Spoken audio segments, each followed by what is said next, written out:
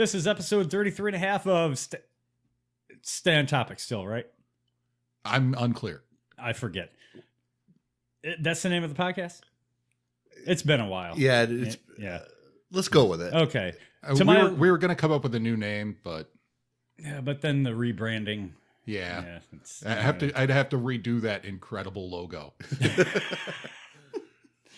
To my left is Bob Ricotta, the master of mirth, who can be found at Bob Ricotta. Chris, isn't it? Yes. Thanks for having me. With a CH. Thanks for having me, Chris. And James Post, the man who fathered this great podcast that we forgot the name of. And several illegitimate children. Indeed. And so essentially you're saying this is all my fault. Yes. All the highs, all the lows. All the creamy middles. All of the massive black holes of non-existence. All my fault. That's fair. Wow. No, you just get 4/5 of the blame. We'll split the last fifth. Okay. Where can you be reached on the Twitter? Oh, I am at PostJM9. Well, welcome back, fellas. Thank you. Good to be back. Good to be back in the saddle. A lot's happened in the last month, but... Let's recap it all. Yep. But let's try to stick with what's fresh in our heads, including last weekend's White House Correspondents' Dinner, which landed like a lead balloon. That depends who you ask. That's the strangest thing to me. Yeah. There's still a lot of people on the left out there saying that it was just a wonderful takedown of this administration. And I don't get it. I'm not one of those. No. Yeah. No. In the controversy really surrounds the comedian they had host it, Michelle Wolf. Yes. Is kind of an up-and-comer. She's not a household name. Yeah, she's until Saturday, she wasn't a household She's name. a Daily Shower, right? Yep, and she has a Netflix comedy special coming out in the very near future. Which I think has a lot to do with the fact that she was really uninterested in whether or not she got a good welcome in that room so much as whether she made news. Yeah, basically the problem was the White House Correspondents' Dinner is really supposed to be good-natured barbs. And, she was throwing haymakers. Yeah. And it just not the time or place. They really weren't that funny, I didn't think. Yeah, and some of them were aimed pretty low. Yeah. Yeah. Going after Sarah Sanders' weight. Yes. I'm sorry, that's off limits. When you're a female comic who appears to be coming at this sort of from the left at the Trump administration, and you're talking about an administration who has problems with women, going after the public face of the administration for her appearance is not a good look. No, and if they had gotten somebody like an Ellen DeGeneres, she could have landed some really good gags, but with that soft touch. Ellen's a pro. Yeah. Former stand-up. I just don't think that's her wheelhouse, though. Maybe not. I get the example. But yes, I understand what you're saying. Someone like Ellen. Yeah, and not somebody with a chip on their shoulder and something to prove. Something to prove. And a show to sell. Yeah. Yeah, and that's it felt like she went into this with something to prove, and that's probably not who you want to pick if you're the Correspondents Association. No. James, Bob, and I talked about it last night before we saw what our main topic is this week. The jokes really are about how beleaguered Sarah Huckabee Sanders really is in that job. That is the worst job for anybody in communications. And there was so much more good comedy All to the be found jokes were right there in that. In a sympathetic portrayal of Sarah Sanders. Yeah. There's a gold mine there. I think you can go after Kellyanne Conway all you want. She brought this on herself. Yeah. But Sarah Sanders, she's really just treading water up there at the podium, trying to make the lies sound reasonable. It's an impossible job for a terrible president. It's a difficult job for anyone working for any president. It's never an easy job. In the best of times, that is a really tough gig. If Abraham Lincoln's press secretary which he didn't have, had done daily briefings for the press, that would have been a tough fucking job. Yeah. Oh, Jesus. Yeah. Yeah. So let me ask this then. Is it time for the correspondence dinner to go away? Is it outlived its... Boy, it could after this. I don't see it going away. I wonder if the comedic roast as centerpiece of it maybe goes away. Yeah. Yeah. Maybe from now on they just lean on their their speech writers to come up with some good-natured gags and barbs and leave it at that. Yeah. And in a way, it's almost a meaningless exercise when the president doesn't take part. Yeah, pretty much. And in fact, he was holding a counter-programming rally at the same time. Yeah. In Washington, Michigan? Yes. Yeah. Which Fox News covered live, because of course they did. Yep. And it's just a thing they do. Also, the Koreas like each other enough to cross borders. Yep. That's kind of a big deal in modern history. That's a really big deal. I mean, this is a war that's officially been going on for 70 years. Yeah. And ever since North Korea got nuclear capabilities, it's really ratcheted up the tension. So this was, regardless of how it came about, it was really nice to see. And it just kind of makes you breathe a little easier. Yeah. As the pessimist that I am on foreign policy, I'm waiting for the other shoe to drop. Or mountain. Yeah. And that's something that's been raised. This is actually something I saw on Gizmodo, one of the former Gawker sites that's no longer, Gawker. That some geologists were looking at seismic data, and they suspect that the mountain that the North Koreans had been using for underground nuclear tests may have collapsed and destroyed their testing facilities. Oh, thank God. I thought you were going to say Godzilla. Wrong Asian country. Yeah. A little bit racist. No, nuclear, underground, Godzilla. It plays. It does. It plays. But if there's a, it makes one think of, Chernobyl and the collapse of the Soviet Union.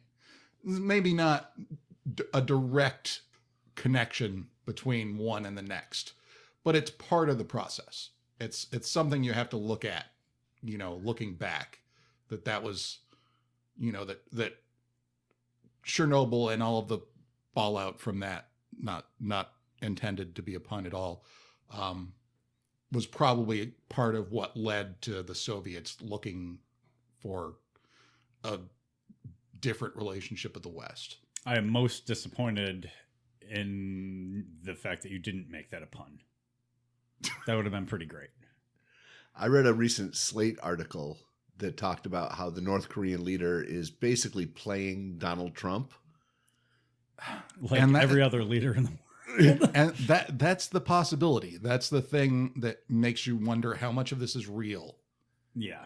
Is if this is just his play to look like the better man, a reaction to the saber rattling coming out of the White House, then how long does it last? Does it really get to the point of something enforceable? Or did both Koreas just come to an agreement? They're like, what are we going to do about this Trump guy? Yeah, well, and that's what the article said, is that, Kim Jong-un's big gamut is to get all the Asian countries on the same page. And they're like, what do we need this guy for? Yeah. If South and North Korea can get along, South Korea really doesn't need the U.S. to protect it anymore. Especially if China comes into the fold. Right.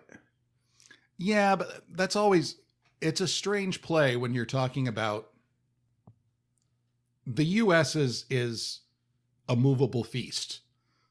You never know what the next administration is going to look like. And it's hard to imagine that you would convince maybe South Korea. Obviously, there are family connections that are still, families that are still separated between those two countries. There's a lot of motivation, if there's a way to make it happen, to bring those two countries back together. But to start bringing in, Japan or, Vietnam or any of those, Pacific Rim countries into this to change their overall strategic alignment over what is, at the outside, an 8-year change in U.S. foreign policy. But this has kind of been building for a long time. That we have Donald Trump in the White House because a whole lot of other factors happened. Yeah. Yeah, but everybody in the world sees this. But it's not like we ramped up to Donald Trump. We went from President Obama, who was, he was controversy free for the most part, except for ginned up controversies from the right. Like when he called Kanye a jackass. Yeah, well, okay. That was very controversial at the time. But that's about as controversial as he got. But we don't want to relitigate the VMAs. Well, no, we don't want to relitigate the whole Obama administration. No, it was not all a giant, vase of roses. It was, a lot of people on the left didn't like the drone strikes. Right. The Jeremiah Wright thing was a real thing, whether it should have been or not. It was a real thing. There was stuff. There was stuff, but to say that President Obama begat President Trump? No. What I'm saying, there was an undercurrent politically. The right seems to keep running further and further to the right, and now they have run right past the GOP. And other world leaders see this happening. And now it comes to fruition in the form of Donald Trump. They see this. They're a whole lot smarter than we are about this shit. So it doesn't surprise me that they're a little concerned about where American foreign policy is going to go after Trump, or if Trump ever leaves office. And I don't think it is strange or extreme to say that Obama begat President Trump. No. I think the backlash to Obama motivated a lot of voters who weren't getting out before. Yeah, or certainly changed their vote. Yeah. Yeah, so no, not surprised, but you had China, who was really interested in the goings-on in Africa. Yeah. The different countries down there, and for a long time, people have been speculating they're trying to forge their own commodities market. Yeah. By doing the kind of foreign aid investment that the U.S. used to do? Exactly, yeah. So... Yeah, when you've built a developing country's roads and ports, you do have a lot of influence there. Yeah, you generate some goodwill that way. Yeah. But yeah, if they want on board with what China's doing, yeah. I can see this becoming, it's like, no, we're going to do our own thing. Fuck you, US, we're good. Yeah, and that's the danger is, yep. The US truly going alone. Right. Which the libertarians would just love. And for as much as you like to say Donald Trump is conservative, he's really... No, he's a nothing. A populist libertarian? No, he's a nothing. These aren't his policies. The man doesn't have any policies in his head. Whatever gets the most applause becomes policy. Okay. Yeah, he has no policy. He is not a politician. There's no Trump doctrine. None. So, yeah, but kind of rambled on that a bit. What else you guys got in the news? Or just things that made you giggle or smile? Nothing has ever made me giggle.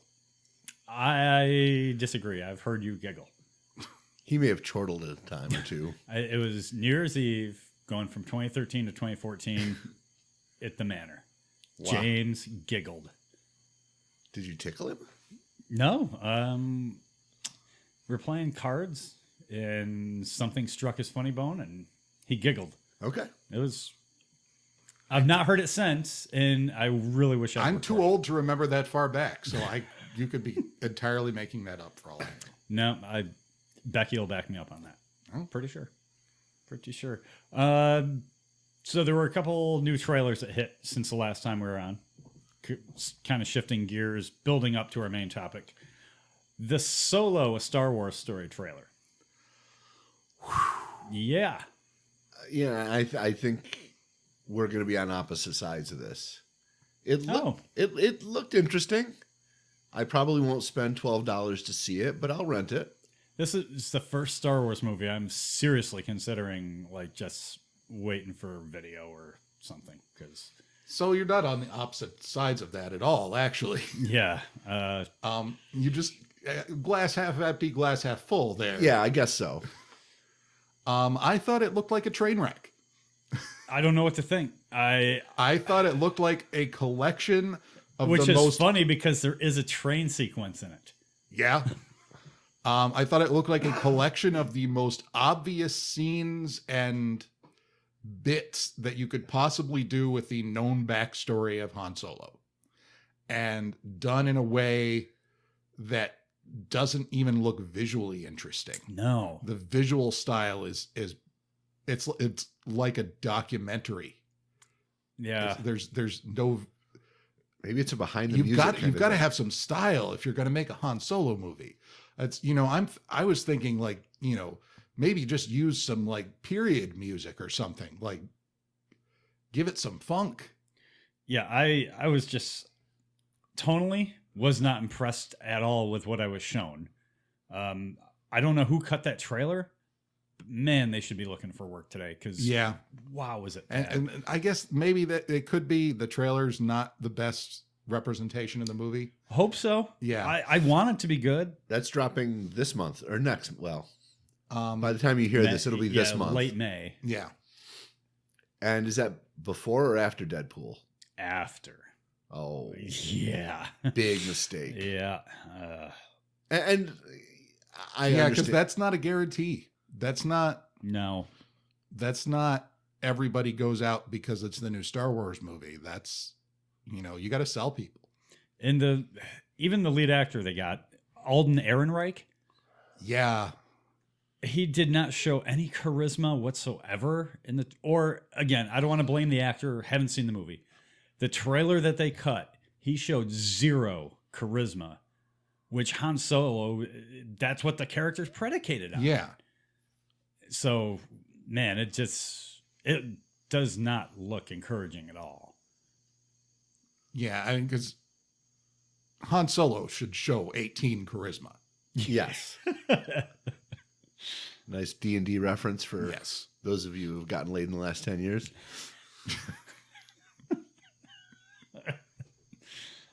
The other trailer we got, which was, believe it or not, more disappointing, was the Venom trailer. Venom being the Green Goblin to Spider-Man over the last 2 decades. Well, he's been his main baddie and has gone through several iterations. I think you're downplaying the importance of Carnage. Oh, yeah. But yeah, Venom was a big part of the Spider-Man's rogue gallery, and a big part of the 90s grim and gritty. Yeah. Yes. And that was Spider-Man's approach to that. Yep. But man, that didn't look good either. No. And when I say didn't look good, Venom looks awful. Yes. It looks like VFX from 15 years ago. Yeah. It does not look good. A little Shrekky. Yeah. I don't know if the VFX weren't done and they were rushed to get this trailer out. I hope when does it come out? Case. I didn't even pay close enough attention to its release date. And I mean, because they only had one shot in the trailer. Yeah. With the full Venom, incarnation. And you'd think they would have gone out of their way to get that one to be good. Right? Yeah, that's... If that was the only thing done. And honestly, beyond the special effects, from the trailer at least, I didn't like the direction Eddie Brock what was. I mean, Eddie Brock was supposed to be a cocky, jockey type. Well, and that's what does Eddie Brock mean Without in a vacuum? Yeah. Right. He's a contrast to Peter Parker, and Venom is the dark mirror of Spider-Man. And you separate those things, and what is the movie about? We don't know if it takes place in the MCU or in the Spidey U. The Spidey U is the MCU, isn't it? It is now-ish, but Sony's been trying to get this movie off the ground for holy shit. Yeah. I mean, this is still 8 a years? Sony joint. Yeah. So this could have been before. I don't know. That's expected for an October release. Maybe they can fix it. After hearing this podcast, maybe they'll. Yeah. My God, those guys They've are got a right. chance. But really, the only movie anybody's talking about, like really, literally all over the planet, is Avengers Infinity War. That was released last weekend. We're recording this on the Monday following release weekend. And should we just go with spoilers from the get-go? Yes. Yeah, Yeah. there are going to be spoilers all over the place. So if you haven't seen the movie, wait and listen to this until after you have. But listen. For God's sake, listen. Somebody listen to us.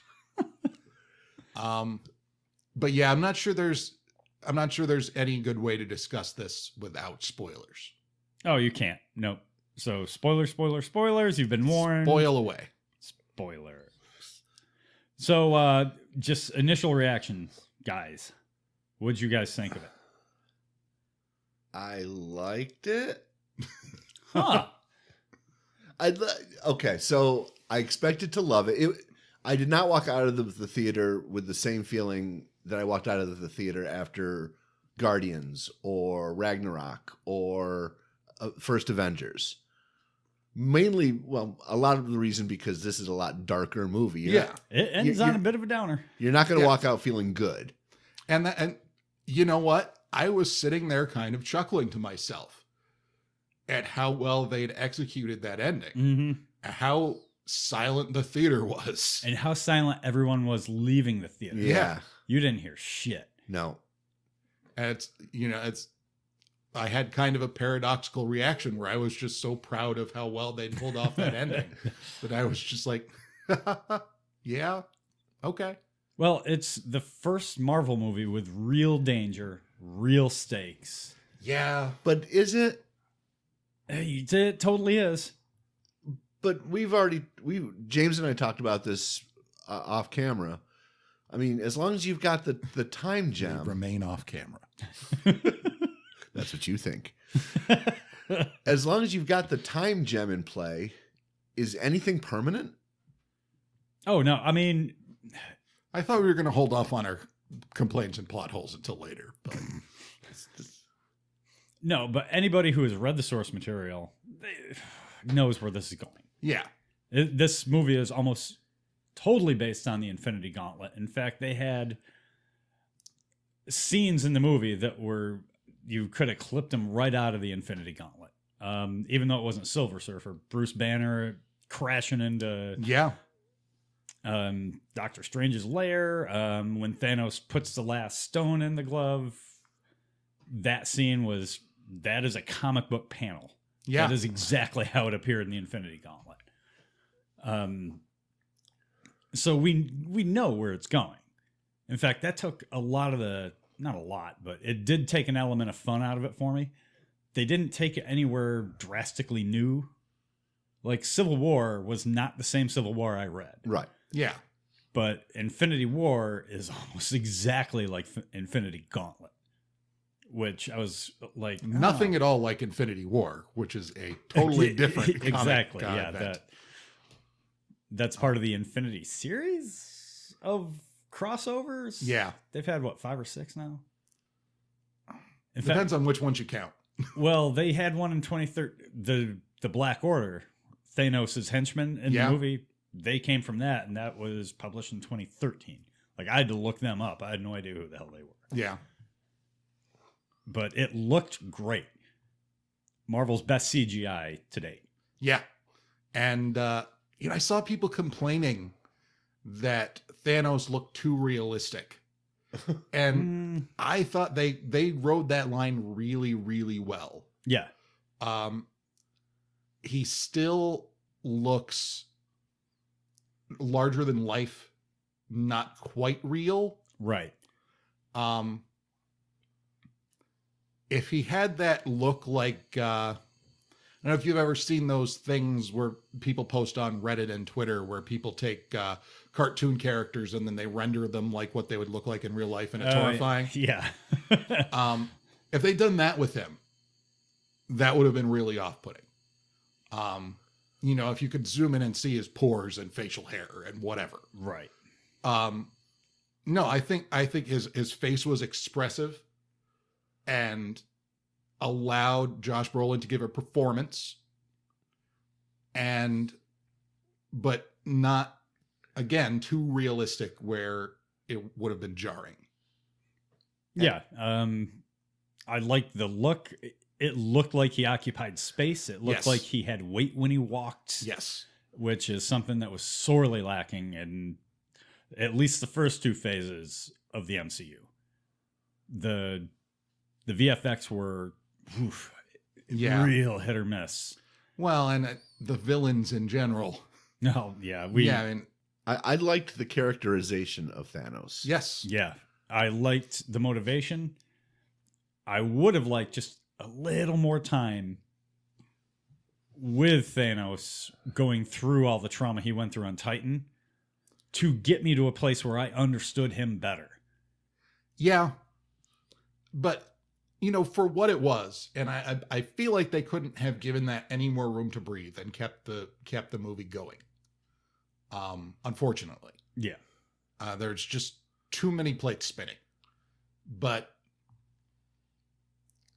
as long as we're getting into complaints and problems, I ironically think that giving Thanos a more believable, more grounded motivation actually makes it make less sense. Explain. So, for those who aren't aware, in the original story, Thanos is in love with the personification of death. As is Deadpool and Mephisto. Yeah. And basically to force Senpai to notice him, to force her to pay him some attention, he makes this promise to kill off half the universe. And in that context, in the context of that insanity, the Mad Titan of those books going and getting all the Infinity Stones, having the gauntlet made, and then killing half the universe makes sense. It makes sense in an insane way. When you're doing it because environment, Right. then you have to wonder, if you have an all-powerful gauntlet, why don't you just Make more resources, lower birth rates? There's create more habitable planets. Yeah, there's so many plot holes that opens. We're assuming that what if all this had gone down 1,500 years ago? Or even 500 years ago? The human species is, just getting through a series of plagues, whatever. The total population is like 300 million. We're not industrialized yet. We're clearly the dominant species on the planet, but we're not really consuming our environment at that point. Do we still get wiped out by half? Is he making that decision on a planet by planet basis when he snaps his fingers? No, I think it was pretty much universe wide. And which species? Yeah. Animals, microbes. And just the, quote, dominant species on each planet? Some of them presumably have a more respectful, balanced relationship with their environment. Maybe they don't need that kind of culling in order to, not wipe out their planets. And then there's just the fact that he's halved all of these populations. But we're talking about a geometric growth rate. Or at least an exponential growth rate. I looked up, do you know when the human population was half what it is right now? I don't know how we got here, but go on. 1970. So he's burned up the gauntlet.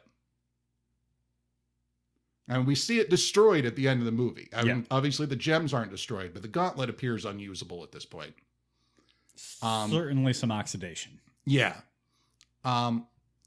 And it looks like he's bought maybe 50 years before populations are back to the level that they were before. Does he go back out on this quest to do it again? Again, and obviously I'm overthinking this, but by making his motivation so much clearer, so much more understandable than just insanity, they open themselves up to me thinking about that. This is not after a second or third viewing. This is not after 2 weeks to think about it. This is me the day after seeing it late last night. And I can honestly say none of that would have ever occurred to me. It was just a fun movie, man. But no, in general, I loved the movie. I mean, that said, it was really solid. They balanced all of the characters really well. They had so many characters to work with. And Gil, do you know how many characters? I'm trying to remember. I've heard the number. No, go. I don't know either. I was hoping you did. Okay. I'm thinking, as far as characters that we'd recognize, it's at least in the 40s. Pretty much. And with the exception of Hawkeye, and Ant-Man. And Ant-Man. And the Wasp. And who? The Wasp. We don't know the Wasp yet. Well, it was revealed at the end of the first Ant-Man. Yeah. Okay. But anyway. And, Hawkeye and Ant-Man, they sort of wrote off with a throwaway line. Yeah. I'm not sure what the production reasons were for them not being in this, but whatever. Probably nothing for him to do. Maybe. I don't know. It's a giant man out there, in that field in Wakanda might have been helpful. Yeah. But anyway, you've got all of those characters, and they managed to break them up into manageable groups where they could have meaningful interactions with each other in a way that was trackable for the audience. And which then created basically 6 plots going on at the same time. And everyone had something to do. Yeah, and none of those plots got lost. None of them felt unimportant. And it was an amazing balancing job in screenwriting. Yeah, the same team, Christopher Marcus and Stephen McFeely, they've been working with Joe and Anthony Russo since The Winter Soldier. And that, what do you call it? Band group? Those 4 guys work so well together. Yeah. And they have produced the 3 most well-made Marvel movies. Maybe not the most fun to watch, but they're the most well-made. They're the ones that make the most sense. They're the ones that really think it through. Yeah. Certainly Winter Soldier is not as much fun to watch as Guardians, either of them. Yeah. But those movies are just so well done, and those 2 screenwriters are really the backbone of it. No, Winter Soldier structurally is probably as close to perfect as any of these movies get. Yeah. I'm glad you brought up Hawkeye because I missed Hawkeye. Yeah, it was weird that they went out of their way to make him the emotional core in the last movie. Could they not get him under contract or? Yeah. Oh no, he's going to be in Avengers 4.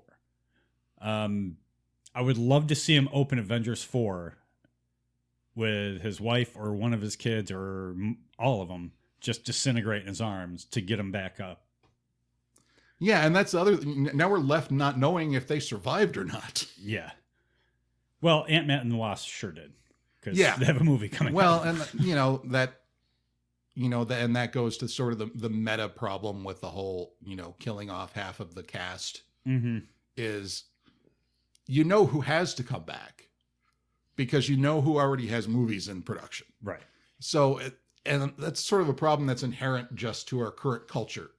It was Whereas still, we didn't used to know that much about the production process of movies 3 years in the future. for the people, and I'm guessing a large majority didn't read Infinity Gauntlet or were familiar with it at all, or just all they know about the MCU is what they've seen on a big screen. Yeah. It had to have been pretty shocking to see all those heroes that they've been following for the last decade just die off like that. And not gloriously, not in battle, Nope.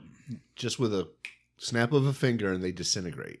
Like, I could see where people would be real, like the Spider-Man, Iron Man, when all of a sudden that was Spidey great. realized that was so well done. Well, and that I was going to ask how people felt about how the deaths were handled, because that was the only one that was really given any time to breathe. Right. That got any emotional weight, and it was really well done. Well, they really leaned on the relationships that they have built throughout the MCU to have that punch. You know, Cap watched Bucky fade away. Yeah. That's been building since 2011. Yeah, but that we really don't see any reaction from Cap there. It He's a comes almost soldier. immediately. Yeah. But you don't need to see much of a reaction because you know that's his best goddamn friend in the world. Yeah. That's his that's his right arm. Wow. I'm did going to get that arm. I did that. But no, the Peter Parker, Tony Stark thing, that hit people in the feels. You could hear people around you gasping and sniffling. It was extremely well done. And do you think that was the right one for them to focus on? Oh, absolutely. Yes. It really made it brought into stark focus that Spider-Man's a 16-year-old kid. Yeah, it did. Tom Holland crushed it. Yeah. With that scene. It didn't pack an emotional punch for me because I know what's coming. Yeah. And you're dead inside. A little bit. So, I But guess what did we like about it? I don't want to shit on it because it was a really good movie. I loved the pairings. Oh yeah. Pairing Great job. Doctor Strange and Star-Lord and Iron Man. You have maybe the three biggest egos in the MCU. Yes. That was great. In little things like And that whole fight was awesome. oh yeah. Yes. Yeah, that was I mean If anything, I liked that better than I did the actual Well, that was the only showdown in Wakanda. That was the only time when you thought the good guys might have a chance, because Thanos is way more powerful than any single Avenger or superhero. but it gave Mantis something to do. Yes. Yep. And she did it, and again, just great screenwriting. And then Star-Lord screwed it up because of his emotional, which is part of his character. Mhm. Yep. Yeah, it's The Thor and Rocket pairing. Great. Who would have thought that? and Groot being Yeah. part of Stormbreaker. Yeah. That was fucking brilliant. You know what would have been brillianter? if he had to give him his whole self and he became the handle. And That that's would- kind of what I thought was going to happen. Me too. No, I never once did I get that impression. I mean, he just cut off an arm that grew back. Yeah. No big sacrifice. It's just awesome that Thor is going to be carrying around Groot from now until the end of time. Yeah. If he plants the axe, will it grow? But little touches like that, so perfect. I love that there was humor up till the end. Like, Yeah. they were cracking jokes in the field at Wakanda, or at least Rocket was. The Yeah, Guardians stole the Avengers movie. Oh, Drax steals every movie he's in. They were at the center of like the best lines, the best gags, like the Groot swearing on the ship, and everybody, whoa! Yeah. Great gag. Pretty much anything with Rocket. But one of the other things I really loved And, people may disagree with me. One of my issues with these movies has always been not seeing certain characters' powers portrayed the way I want them to be portrayed based on what I understand as a totally different universe, the comic books that I'm used to. So to see Thor be Thor, to see Thor look like the god of thunder on a battlefield full of enemies. Yeah. Not really something that's been done that much. Not well either. I mean, they touched on it in Ragnarok, but to have him against a horde where he could just mow down hundreds. They tried it in the Thor 2, the Dark Forgetful movie. I thought we agreed not to ever mention that movie. Dark World. Yeah, they gave it a shot there. It did not translate well. And, and the same thing, in that within minutes, really, in that same scene with Scarlet Witch, when, she comes out, takes part in the fight, she picks up those giant, buzz saw machines, where the fuck they were supposed to be. Yeah. Transformers. I think they were Transformers. Yeah. And just picks them up and throws them and crushes half of this alien army. And then the Wakandan general turns to the other heroes and says, "Why has she been up there this whole time?" That was the line I laughed the loudest at, actually. So I both liked and hated the pairing of what was the girl power pairing? It was Black Widow and one of the Wakandan bodyguards, and there was another woman. I just thought that was too cute. Do you know what I'm talking about? Yeah. On the battlefield. Oh, I think they went out of their way to pair three women together. Yeah, and they're fighting the female Black Order person. Black Order, yeah. I keep wanting to call them Herald. Yeah, wrong villain. Yeah. Yeah.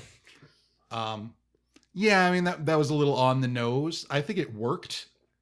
I mean, I don't think it hurt the movie. I mean, we're quibbling now at this point. You know what?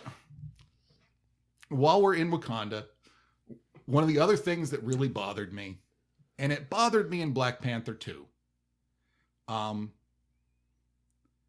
and I have to preface, and it's sad that I have to preface this, but I loved the idea, 25 years when I first heard of it, 25 years ago. And when I saw Black Panther, I loved the idea of this uncolonized black civilization with technology far beyond what the white man has. No problem with that. I didn't think they did enough with it in Black Panther.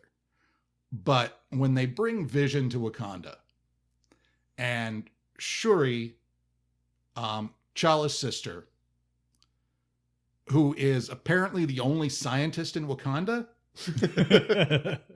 who's an expert on robotics, on building super suits, on computers, and on apparently neurology, knows more about Vision after looking at him for 5 minutes than the people who made him. That maybe is going a little overboard into the Mary Sue category. Yeah. Yeah, I can agree with that. And the way she condescended to Bruce Banner. Yeah. And it's like, yeah, he's a white man and you're a black woman, and I don't doubt that you're as smart as he is. But he built the thing. Well, technically, it was Ultron's design. Yeah, but I mean, he had a part in it. He had a part in reanimating it. Yeah. He did not build Vision. No. If we're going to split hairs. While we're on the subject of Bruce Banner, I love what they did with the Bruce Banner / Hulk. The Hulk impotence? Yes. Yeah. And I love the fact that for the first time ever, we see the Hulk afraid. Yeah. That's why he wouldn't come out. That's what I'm taking from it, is he was afraid of Thanos and didn't. Yeah, he got his ass kicked by Thanos and he was done. Yeah. Yeah. And I thought that was amazing. I have a practical question. So at the end of Civil War, we see Cap's team all incarcerated. And then Cap goes and breaks out. It breaks them all out. So why are Hawkeye and Ant-Man under house arrest? They took a plea deal. Okay.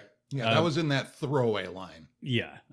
Basically, Hawkeye has a family, and So Shield he knows, turned himself in. Shield knows where that family is. Scott Lang has his daughter. Shield sure as shit knows where she is because he's connected to Hank Pym. So did they just stay there and he just broke out Sam, or did they all break out and then later? I guess that's just... We'll find out in Ant-Man. I hope. I think they're smart enough to cover those, right? I would think. To build off that throwaway line. But that also gets into what happens in Ant-Man and the Wasp.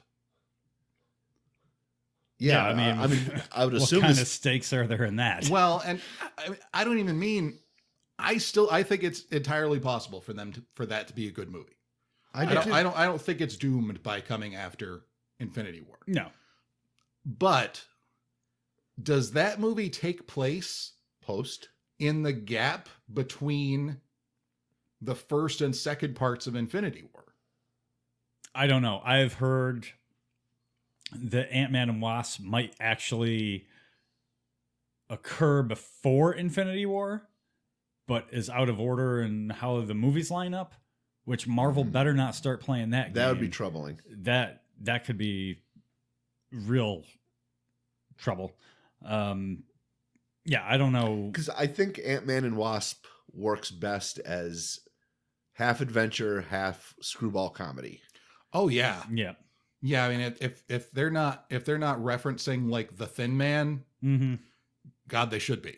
And how do you pull off screwball comedy when half of the population of the world just was obliterated? You know what I mean? Yeah. Right. Yeah. The only other, and this is really not a gripe about the movie as much as it is the culture with Marvel Studios right now. They do such a fucking piss poor job of integrating their TV stuff. You know, I agree. Shit goes down in New York again. And we're presuming Daredevil's dead after the Defenders, even though he's not. Yeah. But everyone else in the world thinks he's dead. So take him out. Okay, fine. You still got Danny Rand running around. You still got Luke Cage running around. You still got Jessica Jones running around New York. We won't even get into the S.H.I.E.L.D. ABC series that introduced Ghost fucking Rider. Yeah. All these people are running around and they're not acknowledged. They're not even referenced to. My question is, how does it work the other way? Yeah. When they do, what's the next Netflix series? Daredevil 3, I think. Yeah, I think Daredevil S3 is up. And that's going to be between the two Avengers movies. Right. Are half the people going to be dead in that? Yeah. I don't know. Yeah. My justification for not even making a reference to the Marvel Knight characters in Infinity War is that the shit in New York went down way too fast for them to hop on a subway and get there. Right. I mean, yeah, it's not like the original Avengers where it was like an extended, battle that wasn't the Battle of New York. It was pretty quick. Right. But you're right. I mean, that's just, if you're going to have a unified universe, or claim to, that's the most irritating thing is Marvel's the one pounding that drum. Yes, these all happen in the same universe. And I know there's a big pissing match between the cinematic and the TV universes because of the Ike Perlmutter thing. I know that's a thing, but where the head, like the Disney people saying, people love this shit. Get your fucking act together and stick Kristen Ritter in one of these goddamn movies. When did we start swearing on this show? Oh, episode 2, James. Okay. And I believe you were the first one to drop the F-bomb. Yes, I don't remember. Yeah. It was a while ago. They're all on YouTube for your listening pleasure. I should check those out. Get caught up. I think there's a playlist. Don't ever do that. But yeah, that still continues to irk me. So I think we're bumping up against the hour mark, but real quickly, where does this rank in the Marvel pantheon? Of favorite or best? Let's go favorite. Favorite. Wow. It's really tough. I'm going to need a second viewing. Okay. Like, we're recording this less than 24 hours after initial viewing. I'm gonna say it's top 5 for me. Okay.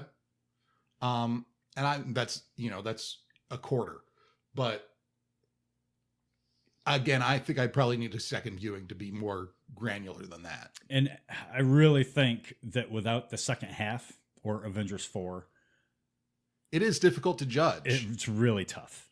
Without knowing where they're going with so many plot threads. Yeah, in fact, when they do finish that, I really hope they combine them into one big ass long movie on disc. Yeah, that would be super cool. So, did you see the was it AMC theaters that did the 31 hour? Oh God, yes. Not enough depends in the world for me to sit through that. But you can walk in and out whenever you want because you've seen them all. So.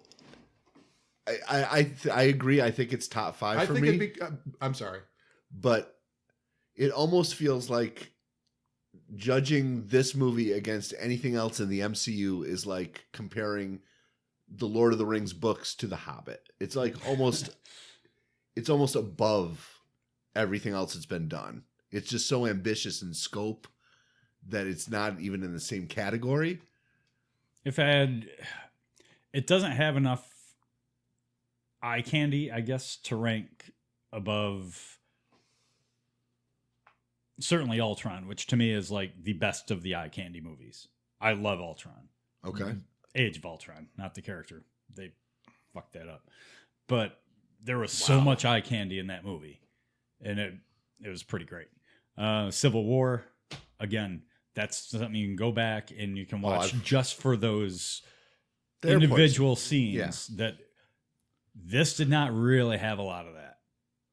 No, it was just... This was all story and setup. So this was a very patient watch. And I don't know how much rewatchability it's going to have because of that. But I also... And it's got a 3-hour runtime.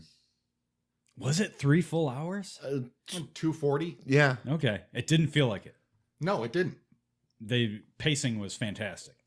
And it felt like an epic series of events, but I didn't feel like I'd been sitting there forever. No. But you know what was epic? The opening weekend numbers. Yeah. Nice segue. Did that all by myself. This thing raked in, and this is not counting Sunday. Just Thursday, Friday, Saturday raked in $630 million worldwide without China. That broke the record previously held by The Force Awakens. So the, what do you call it? Inflation adjustment really does not factor in. Yeah. This flat out smoked a Star Wars movie on opening weekend. That to me is a seismic shift in the pop culture landscape. To beat a Star Wars movie, that's a big deal, man. It's Disney beating Disney. It's a franchise beating another a franchise that was the 800-pound gorilla of the theaters. Yeah. Even when it was terrible. Even when it was terrible, it was still raking in massive, massive money. And I don't know if it's because of what happened after The Last Jedi. Yeah. But it feels like there's been a shift in genre movie culture. And I don't know if this is just a blip on the radar or if this is going to be the way it goes. And do you think that is because of superior marketing or superior product? I don't know. You know, you want to say, well, Star Wars had so many... well, no, they still aren't anywhere close to where Marvel is. With 19 movies? Yeah. Yeah, I think this is... Well, and I think when you combine the level of marketing that Infinity War had with the general expectation by the vast majority of the viewing public that even middling Marvel movies are solid products, They make that they're money. always going to get their money's worth when they go out to the theater. When you combine those two things, you make $630 million in one weekend. Yeah. Yeah. So they've made back the entire operating budget and marketing budget for the movie. Anything they do after this point, pure profit. Yeah. And I think this has probably got like a 6-week tail. Yeah. Yeah. I mean, Deadpool eat into it a little bit. Yeah. But Infinity War is going to have a little more niche. 2 full weeks in the theaters with really no competition. Deadpool comes out mid-May, and then Solo comes out late May.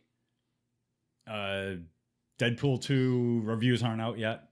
We don't know how that movie is. I don't know that it's going to be as good or as fun as the first one. Brand new development team, brand new director, brand new writer. Unfortunately. Yeah. So that could be a problem. And Solo just doesn't look good. They haven't done enough to sell me on it. Infinity War could really set some all-time. It could challenge Avatar. Yeah. Which is saying a lot. Yeah, I think, does Deadpool become a victim of its own success? I think is going to be an interesting storyline. Yeah. Also, Josh Brolin. Yeah. That's so weird. So yeah, I'm really interested to see where that goes. I'm really interested to see, okay, how does episode 9 stack up against Infinity War now? Because that's really Star Wars' next big thing. So you guys will know this, hopefully know this.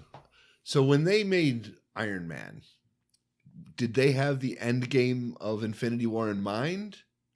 Was this a blueprint from the beginning? As I understand it, all they wanted to do, the early numbers were really good for Iron Man before it ever hit the theater. And once it did, they were like, okay, we want to do these other movies. Let's tease Avengers at the end of this thing and kind of take the temperature. Everyone lost their shit, and they were like, okay, well, let's do this Hulk thing. So at what point did the big picture Infinity War come into play? I don't know who's responsible for that last teaser or the first teaser in the first Avengers movie. If that was a Feige thing or if that was a Whedon thing. Feige back when he worked in the mailroom. No, Feige's been. I know. Okay. I think that would be a funny story though. But let's just clarify for the listeners who may not know. Kevin Feige he was like an associate producer on the early X-Men movies. Yeah. And once Marvel decided to make its own movie studio, he was the lead guy, and he has been shepherding this the whole way. So every day I just pray that Kevin Feige doesn't have any health problems. Yeah. But where were we going with that? I was just wondering, and maybe that is why Marvel has overtaken Star Wars in the pantheon, is because they had a clear vision from the beginning, whereas, I don't know if George Lucas did. He claims he did. It sure doesn't feel doesn't like show. It. Doesn't feel like he did. I can't imagine he had the Clone Wars in mind when he made A New Hope. According to Lucas, the whole thing from Phantom Menace to Return of the Jedi was one big story. That was all mapped out. He knew where he was going from the beginning. According to him. Bullshit. Yep, I call bullshit. But yeah, that's a big. Anyway, that was my big takeaway from the entire weekend. Is like they just trampled Star Wars. Yeah, that's huge. Good. Rest in peace. Overrated. Wow. So everyone, please listen again next week for Ricotta to shit on something you like. Not next week. 2 weeks. 2 weeks. We're going to go to every 2 week schedule. It's summer's coming. We're going to an every 2 week schedule. We have a plan. And we have a set date to record every 2 weeks. This is our promise of consistency, of not dropping off the radar for 3 months at a time. 1 month. We figured it'd probably last about 3 weeks before it goes off the rails completely, but we're gonna try. God damn it! And on that note, James, play us out.